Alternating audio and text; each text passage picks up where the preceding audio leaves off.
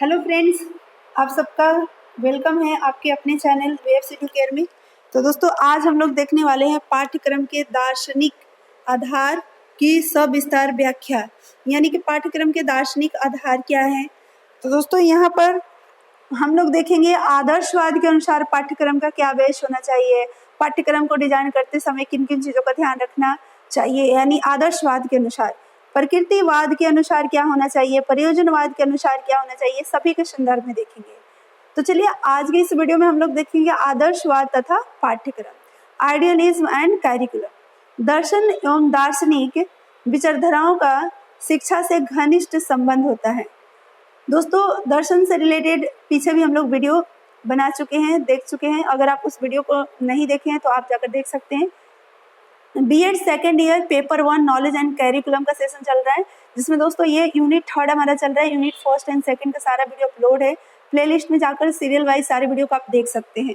तो दोस्तों, इसको हम लोग देखते हैं आज की इस वीडियो में, आदर्शवाद तथा पाठ्यक्रम को।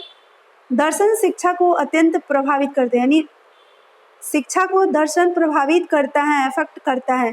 दर्शन के क्षेत्र में विभिन्न वाद एवं विचारधाराओं समय समय पर विकसित एवं प्रचलित होती रही है, जिसमें सर्वाधिक प्राचीन विचारधारा कौन सा है? आदर्शवाद। यानी अलग अलग समय में अलग अलग विचारधाराएं प्रचलित होती रही है। तो बहुत पुराने अगर विचारधारा की बात करें तो आदर्शवाद है। आदर्शवाद का सूत्रपात भारत तथा पाश्चात्य देशों में ही प्राचीन युग में हुआ है।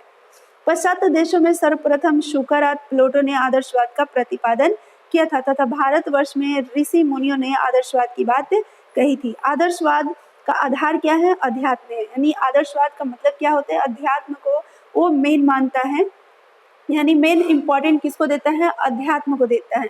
आदर्शवाद मूलभूत रूप से शाश्वत एवं मूल्य एवं आदर्शों को स्वीकार करता है। इस विचारधारा के अनुसार आत्मा, परमात्मा एवं विचार ही शाश्वत है। यानी आदर्शवाद पर आत्मा और परमात्मा और विचार को ही शाश्वत मानता है और यही मानता है कि सत्यम शिवम सुंदरम की अगर प्राप्ति करनी हो तो हम इसी से कर सकते हैं। भौतिक जगत को कुछ नहीं मानता है और वो बोलता है कि भौतिक जगत में जो भी वस्तुएं हैं वो शाश्वत नहीं है, वो नश्वर है। आत्मा, परमात्मा और विचार ही शाश्वत है, नश्वर नहीं है। ये आदर्शवाद का मानना है। और ये बोलते हैं आदर्शवाद की भौतिक जगत में जो भी चीजें उसका कोई महत्व नहीं है। आदर्शवाद के प्रवर्तक जो प्लेटो है, उन्होंने भी कहा है कि विचारों के संसार को ही वास्तविक जगत माना है। यानी उनका भी मानना है कि जो विचारों का संसार है वही रियल संसार है। इन विचारों के प्रगटीकरण से ही भौतिक संसार बना है। अगर विचार नहीं बनते तो ये संसार नहीं बनता।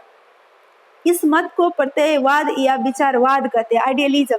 यानी इस विचारधारा को आइडियलिज्म बोलते हैं, इस विचार को हम आदर्शवाद बोलते हैं। परंतु बाद में अलग अलग जो आध्यात्मिक सिद्धांत के आधार पर देखा गया तो आदर्शवाद को विभिन्न रूपों में प्रस्तुत किया गया। यानी कि पहले तो यही माना जाता था कि जो विचार है वही हमारा संसार है, और यानी कि विचार जब प्रकट हुए तभी संसार का निर्माण हुआ। तो ये विचारधारा आइडियलिज्म है। आगे चलकर आइडियलिज्म जो हमारा है उसको अलग अलग तरीके से फिर प्रस्तुत किया गया। आदर्शवाद एक जटिल विचारधारा है। आदर्शवाद मन की प्रकृति को शाश्वत एवं सत्य मानता है। इसके अनुसार वे ही तथ्य सत्य एवं वास्तविक हो सकते हैं जो आध्यात्मिक या मानसिक हो। दोस्तों, आदर्शवाद पे पीछे वीडियो बन चुकी है, उसको आप डिटेल्स में आदर्शवाद जितने भी दार्शनिक के बारे में आप जानना चाहते हैं, डिटेल्स में पढ़ना चाहते हैं तो उसका वीडियो अपलोड है, आप पढ़ सकते हैं, देख सकते हैं। इसमें हम लोग आदर्शवाद के अनुसार पाठ्यक्रम की चर्चा करेंगे, लेकिन थोड़ी सी आदर्शवाद के ऊपर बातें कर लेते हैं। यानी कि इनका ये कहना है कि जो आदर्शवाद है वो सत्य एवं वास्तविक किसको मानते हैं? आध्यात्मिक को मानते हैं, मानसिक को मानते हैं। आदर्शवाद मस्तिष्क को संसार का आधार मानता है। हेडरसन के कारण बताते हुए कहा है, आदर्शवाद मनुष्य के आध्यात्मिक पक्ष पर बल देता है। इसका कारण क्या है? आध्यात्मिक मूल्य और मनुष्य और जीवन से सबसे महत्वपूर्ण पक्ष है। मनुष्य और जीवन से सबसे महत्वपूर्ण पक्ष आध्यात्मिक मूल्य है। आदर्शवादियों का विश्वास है कि मनुष्य अपने सीमित मस्तिष्क को असीमित मस्तिष्क से प्राप्त करता है। यानी कि अभी जो ये सीमित थॉट है वो असीमित थॉट से, असीमित मस्तिष्क से ही इसको प्राप्त किया है। वे ये मानते हैं कि व्यक्ति और संसार दोनों बुद्धि की अभिव्यक्तियां है। वे कहते हैं कि भौतिक संसार की व्याख्या मस्तिष्क से ही की जा सकती है, यानी दिमाग से ही ये भौतिक संसार बना है, उनका ये कहना है आदर्शवाद का। आदर्शवाद को और अधिक स्पष्ट करते हुए कहा जा सकता है कि यह विचारधारा क्या है, भौतिक जगत की अपेक्षा आध्यात्मिक जगत को ज्यादा महत्व देती है। यह जड़ प्रकृति की तुलना में चेतन मनुष्य को अधिक महत्व देती है। यह प्रकृति को इम्पोर्टेंस नहीं देती है जितना कि मनुष्य को देती है। इसका प्रमुख कारण क्या है कि मनुष्य की बौद्धिक शक्ति, जिससे वह अपने आध्यात्मिक विकास के लिए प्रयास करता है। क्यों? क्योंकि प्रकृति में कोई ऐसी बौद्धिक शक्ति तो नहीं दिखता है, लेकिन मनुष्य में बौद्धिक शक्ति है जिससे कि अध्यात्म को प्राप्त कर सकते हैं। सत्यम शिवम सुंदरम को वो समझ सकते हैं, उसको महत्व दे सकते हैं, आत्म अनुभूति के लक्ष्य को प्राप्त कर सकते हैं, इसलिए मनुष्य को ज्यादा इम्पोर्टेंस देते हैं।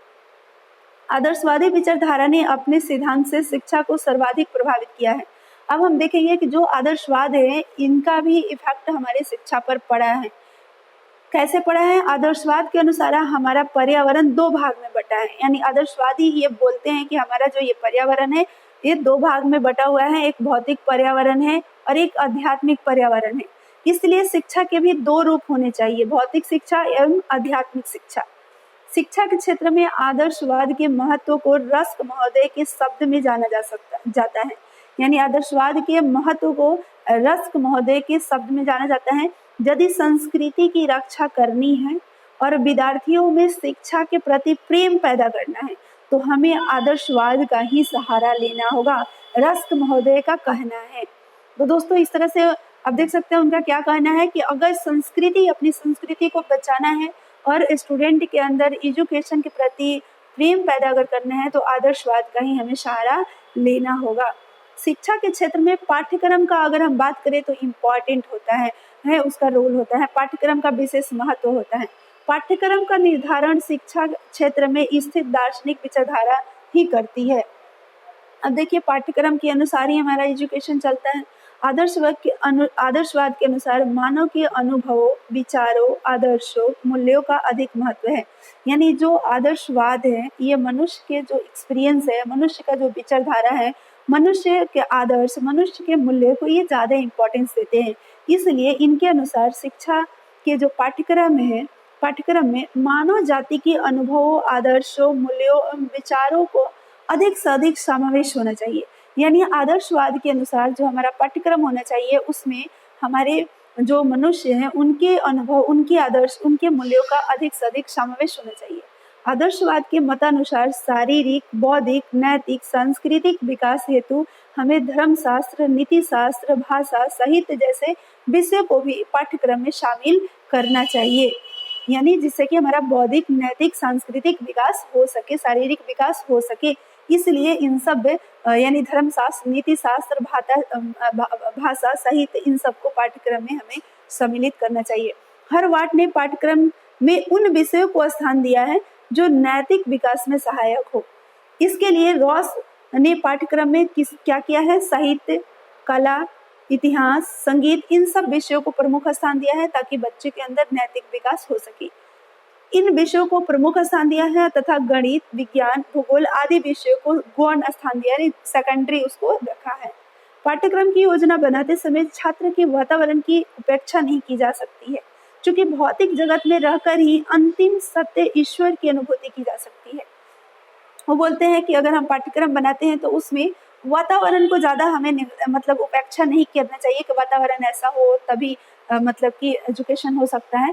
वो बोलते हैं कि भौतिक जगत में ही रहकर हम अंतिम हमारा जो लक्ष्य होता है वो क्या होता है, अंतिम जो सत्य है वो क्या है, ईश्वर है, उसकी भी अनुभूति की जा सकती है। तो फिर हमारे जो वातावरण है उसमें रहकर जो हमारा शिक्षा है उसको क्यों नहीं लिया जा सकता है। अतः पाठ्यक्रम में व्यक्ति के प्राकृतिक वातावरण को भी महत्व दिया गया है। प्राकृतिक नेचुरल वातावरण होना चाहिए, ऐसा नहीं कि हम उसमें आर्टिफिशियल वातावरण हम क्रिएट करें।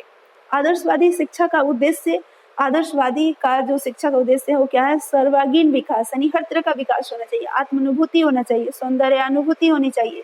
इसलिए पाठ्यक्रम भी अत्यंत विस्तृत रखा गया है।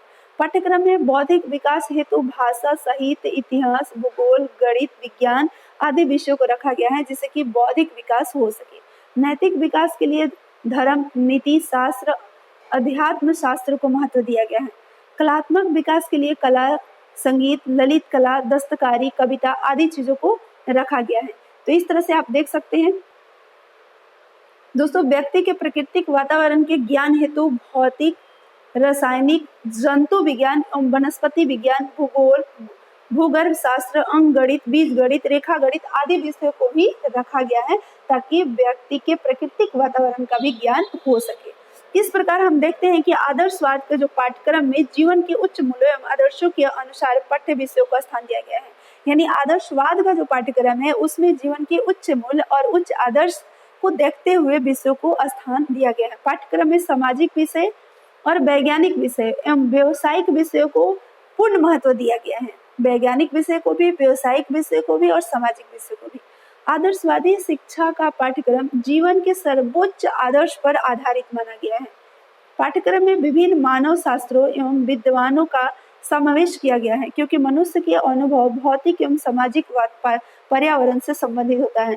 यानी जो मनुष्य होते हैं उनका जो एक्सपीरियंस होता है, अनुभव होता है, वो भौतिक और सामाजिक हमारे इन्वायरमेंट से ही रिलेटेड होता है। आदर्शवादी शिक्षा का पाठ्यक्रम सभ्यता को प्रतिबिंबित करता है।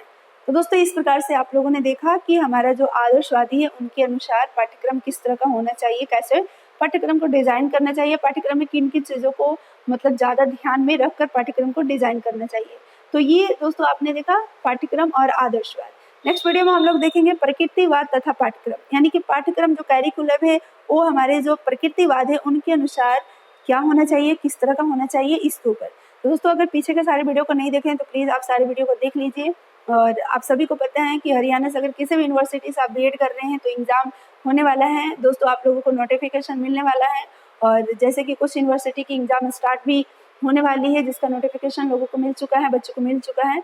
तो अगर आप भी दोस्तों CRSU या यूनिवर्सिटी से बीएड कर रहे हैं, सेकेंड ईयर में है, तो आपका भी दोस्तों एग्जाम होने वाला है, बहुत कम समय है, उसका नोटिफिकेशन आप लोगों को मिलने वाला है। तो तैयारी है दोस्तों, अभी से आप लोग स्टार्ट कर दीजिए। अगर बेस्ट मार्क्स लाना चाहते हैं, अच्छे मार्क्स से आप दोस्तों बीएड क्वालिफाई होना चाहते हैं, पास होना चाहते हैं, तो मेहनत अभी से करना शुरू कर दीजिए।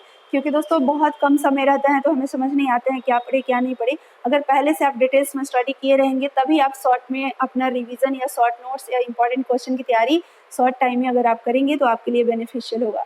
तो दोस्तों इंपॉर्टेंट क्वेश्चन भी हम लोग इस चैनल पे देखेंगे, या जो भी इंपॉर्टेंट क्वेश्चन होगा जितने पेपर में सभी का डिस्कशन करेंगे। तो अगर आप चैनल पे पहली बार हैं, सब्सक्राइब नहीं किए हैं तो प्लीज आप कर दीजिए, बेल आइकन को प्रेस कर दीजिए ताकि आगे आने वाली वीडियो का नोटिफिकेशन आप तक पहुंच सके। Thank you, all the best.